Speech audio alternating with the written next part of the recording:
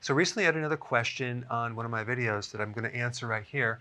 And the question was, do I need fat to stay in ketosis? And number one, in the very beginning part of when you're starting keto, you're going to adapt from sugar burning to fat burning. And if your dietary fat is too low, you're going to have a real rough time because you're going to be hungry all the time.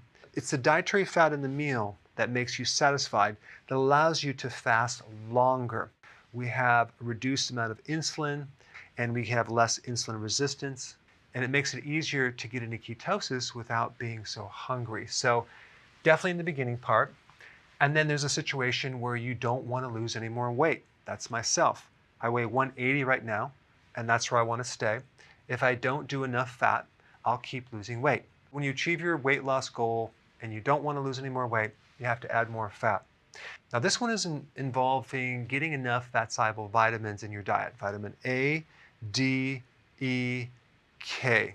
Okay, so, and also the essential fatty acids like DHA, EPA, and there's actually other ones as well. If you're not doing the right types of fats, you can become deficient. So obviously we want to avoid that and prevent that by getting enough fat.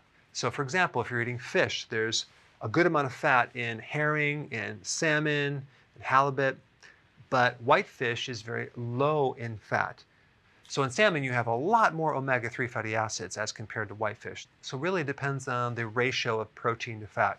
So with keto, you really want to focus on getting enough fat with that protein, because you never want to do low-fat proteins on a ketogenic diet, especially low-fat, high-protein type foods, soy protein isolates, terrible on the liver, terrible on the kidney. However, what makes someone get into keto is not the fat, it's the lowering of the carbohydrates. When you lower the carbs, your body is forced to get ketones from either your diet or your own fat. To answer this question, it depends.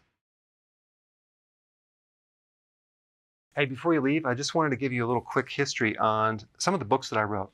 This was one of the first books. It's called Dr. Berg Body Shapes. It was my attempt at writing about body types. What was very interesting about this book is I actually did all the images myself. Don't ask me why.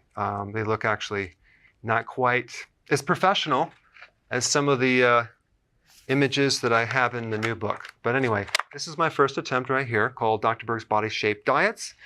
And then I wrote a book more extensive called The 7 Principles of Fat Burning. I don't even have a copy anymore, actually, because it's outdated.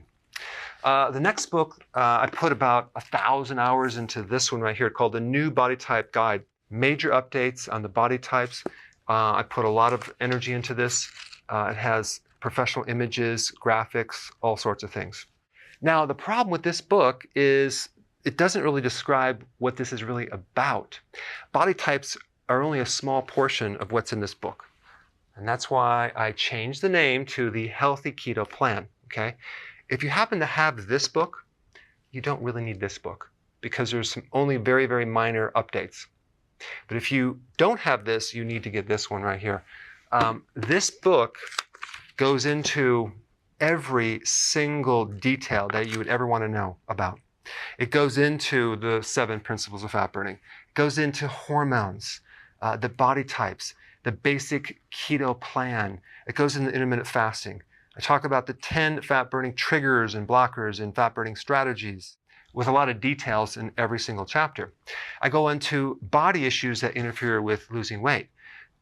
There's very few people that just have a weight problem. They have a lot of body issues, whether it's sleeping problems, stress problems, inflammation, menopause. I cover that extensively in this book. Then I talk about how to get rid of stress, and I show you a technique. Then I get into exercising.